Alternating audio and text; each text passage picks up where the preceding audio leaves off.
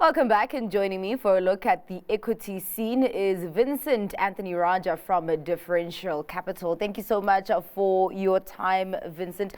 I do wish that we were talking about Bitcoin. I've been hit with another wave of regret that I did not go into it, seeing that it had has gone over $100,000. Absolutely incredible. But we are talking about the equity scene, and we've actually seen significant gains there as well, particularly in the US markets. Have we entered, I guess, the so-called Santa rally? Yeah, look, I think there's a number of factors. Indeed, it's probably the Santa rally effect. But I think now that certainty has got to the markets, so regardless of, which candidate in the US the market was backing, now there's somewhat some certainty around the next, leg for US markets. And with that certainty in place, at least we know who the next president is going to be and roughly what their policies are. And I say that caveated roughly. Yeah. I think the markets have sort of settled into a bit more comfort. And that seems to be driving the optimism. The other thing, which is an important one, is we're sort of a fair way into US earnings season. And I must say the profitability numbers in many US companies is beating expectations. I think the average beat right now is about 8%, which effectively means that the market is going to continuously revise upwards their views about profitability, and that's likely to be supporting the markets at this stage. All right. It's quite interesting that you talk about the kind of political certainty that we have seen in the US. Of course, a completely different story in South Korea and France. And of course, we will be looking out for how that affects the markets going forward. But it's quite interesting because you talk about the fact that markets will keep on revising up their expectations for US company earnings. Does that also lend itself to the strong US economy that we are seeing and expectations for that to keep going? Yeah, look, I think the US economy as a whole is broadly strong, and there's certain elements that are mixed. But if we look at corporate profitability, that's really good. I think the US consumer is probably turning around slowly, but for that we're probably going to need more rate cuts.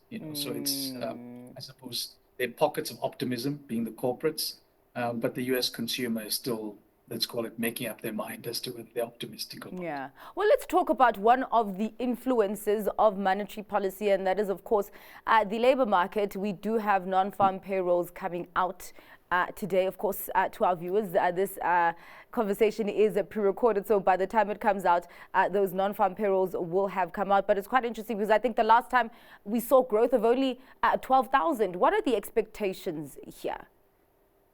So the expectations for today's release are around 200,000 jobs. But that's what the, let's call it, analysts are forecasting. I think the market wants a weaker number. Okay. Purely because the weaker the job creation is in the US, the more likely the Fed is to continue its cutting cycle, because a weaker labor market is probably supportive of, let's call it, keeping the inflation in the US where it is, and therefore, if job growth is weak, the market would prefer if the Fed continues to cut, and I think that's what that's potentially also what's driven, let's call it, the rally up until now. All right. Well, let's go into, I guess, maybe one piece of company news that came out today on the JSE. I see that everyone is slowly starting to wind down for the year. We did get results coming out of RMB Holdings. Well, it was quite interesting because, I mean, it's an investment holding company, but really now the main focus is property. What was quite interesting is that there was a decline in NAV and all of those financial metrics, but I actually did see that the share price surged about 5%. What did you get out of those numbers?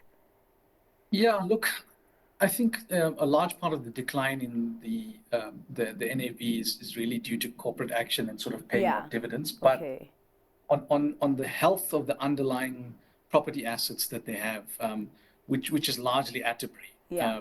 And a big part of Atterbury's holdings is its share in Mall of Africa.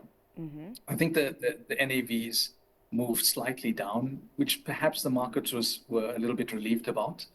And the bottom line is this share is, for value investors anyway, probably trading well below its NAV per share. So I think the NAV per share is around 66 cents, and the stock is currently trading at between 42 to 43 cents. So yeah, perhaps some relief that the decline in NAV wasn't as severe as some would have been expecting. All right. Well, we do have to wrap up the conversation there, Vincent. So can we please get your stock pick for today? Stock pick for today for us at Differential Capital is Telkom. For us, it's quite simple. The company is entering a little bit of a sweet spot in gaining market share on mobile revenues, improving its margins as it optimizes, let's call it the roaming spend. Really reining in capex, free cash flow improving, balance sheet is in a lot better condition. And therefore, in general, we think the market's going to continue again to be potentially surprised by its earnings and earnings growth, margin improvement. We think that's what supports the investment case. Obviously, there are some risks. It is a highly competitive market, and perhaps the one key risk for Telkom is that the giants come back and start squeezing pricing and hurting margins. But from where we stand at this point in time, Telkom looks fairly attractive. All right. Yeah, and we have actually seen a very, very good share action there recently. Thank you so much for your time and for your insights today, Vincent. That was Vincent Anthonyrajah from Differential Capital.